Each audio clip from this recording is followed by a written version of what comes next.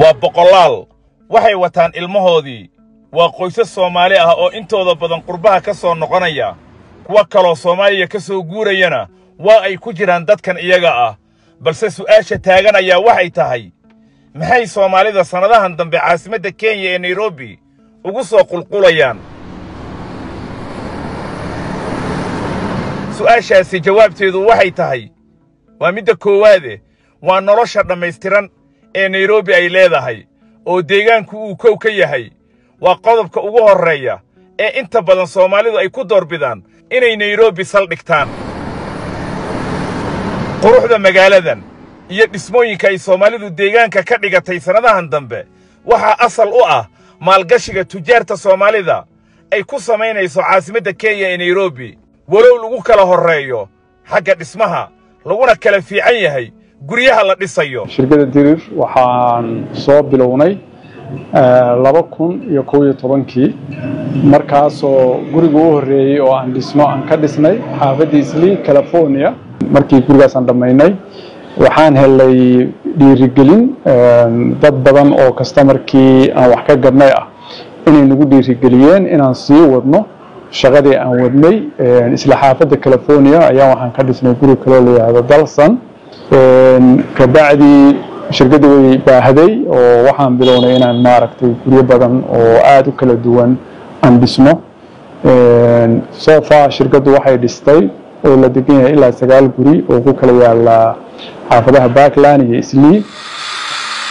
caasimadda Nairobi shirkado badan ayaa arrimaha dhismooyinka ka shaqeeya shirkadda Dirir Company waxa ay ka mid tahay shirkadaha dhismayaasha Nairobi kuwa ugu caansan uguna facaweyn si baaxad leh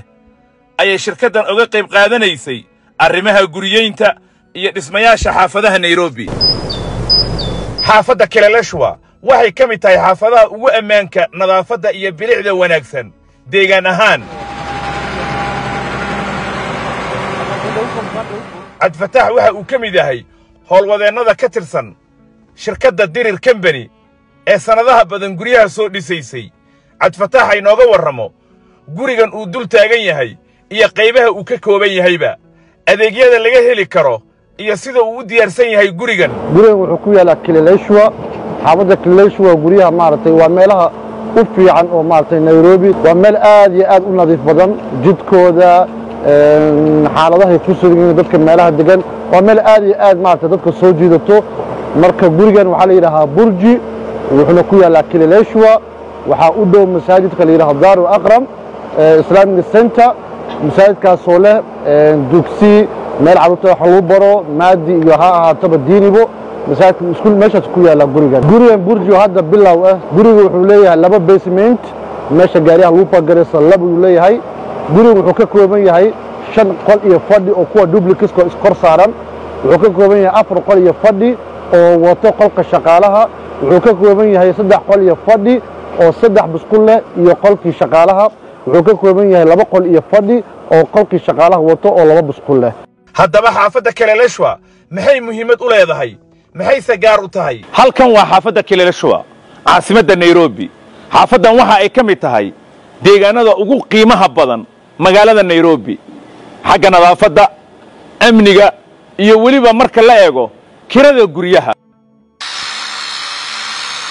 shirkadda Dirir Company waxay guri baaxad weyn ka dhisaysaa xaafadda Parklands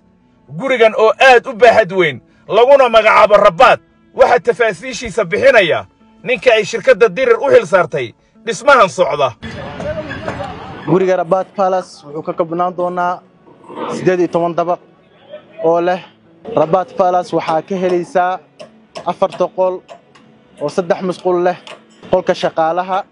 iyo fadhiga kan kaliya ma ahan ee waxa jira guri kale oo aad u baaxad weyn oo shirkaddu ay ka dhisayso xaafadda Karioko oo deegaan ahaan ka tirsan xaafadda Islii gurigan ayaad ka aadi kartaa bartamaha townka Parklands iyo Islii oo kaabiga uu ku hayo qorshaha shirkadda Dirir iyo sida dhismuhu u socdo waa mid ay diyaariyeen xirfadlayaal dhanka dhismaha ah oo muddo dheer ka soo shaqaynayay howlahan halka dhagaxa uu qabanayo iyo halka musmaarka lagu dhifanayaba waa wax cad oo muuqda waa 2 tower sida halkan kaaga muuqata kan waa tower A kana waa tower B. tower A wuxuu ka kooban yahay 4 guri oo 3 guri oo 2 qol iyo fadhi ah 125 mitr square 125 mitr square 125 mitr square iyo 2 guri oo qol iyo fadhi oo 70 ah run ahaantii waa saysis aad u waaweyn marka la fiiriyo meesha xaafadaas guryaha sayska laga dhiso Chinese-ka oo kaleeto 2 qol iyo fadhiga waxay dhisaan 89 mitr square tower B waxaa ku yaala 3 guri oo 2 guri 4 qol iyo fadhi ah oo 225 iyo 225 mitr square hal guri oo duplex ah oo 320 mitr square iyo hal guri oo 320 mitr square. Dirir Company wuxuu horay u dhameystiray mashaariic waaweyn oo laga hirgeliyay xaafadaha Islii, Parklands iyo Kilimani. macaamiisha shirkadda Dirir guryaha ka gatay ayaa ka sheekaynaya qaabka wanaagsan ee company-gan uu ugu adeegay intii ay la macaamilayeen. haddaba waxa la isweydiin karaa muxuu company-ga Dirir uga duwan yahay shirkadaha la tartamaya dhaqan ahaan, taariikh ahaan iyo macaamil ahaanba. waxaan la macaamilayay muddo almost 4 sano ama 5 sano. macaamilkoodu niman hadda la dhihi karo macaamil xumo ma jirto. waxaan is dhihi karaa dadka hadda Nairobi jooga ma East Africa jooga macaamil ahaan markay noqoto kulley nin aad guri ka gadatay oo ku labaad ka gadatay oo ku saddexaad ka gadatay client badan oo adiga ku aaminsan macnihii aad u keentay dabcan waa dareemi kartaa kalsooni inta leeg baa ku qabi karto. aniga shakhsiyan waxaan ka gatay 3 flight baan ka gatay 3 guri dad client-yana almost waxaan uga gaday 6 ilaa 5 inta u dhaxaysa inta aan hubo waa 5 marka macaamil ahaan waad garan kartaa hadee guriye inta dhan qof laga gaday ama company laga gatay kalsoonida lagu qabi karo. marka anu waxaan isleeyahay waa anu kalsoonideedu way fadhidaa. shirkadda Dirir Real Estate waxaan ka gatay guri 3 qol iyo fadhiya oo ku yaala Istareexe wuxuuna dhamaanayaa April 2025. waxaan ku doortay guryo waaweyn oo quality leh. hore waxaan u deganaa guryo ay iyagu dhiseen oo isla Islii ku yaala. waxaan ku doortay quality-ga iyo guryahooda waaweyn iyo quruxdooda. waxaan uga gaday dad kale oo asxaaba. shirkad dhib badan maahan. mar walba markaan wax helo ama 4 bil kadib ama 5 bil kadib ayaan hadana 10%, 5%, 20% waxaan helo ayaan u diraa. aadayna macaamilkooda u fiican.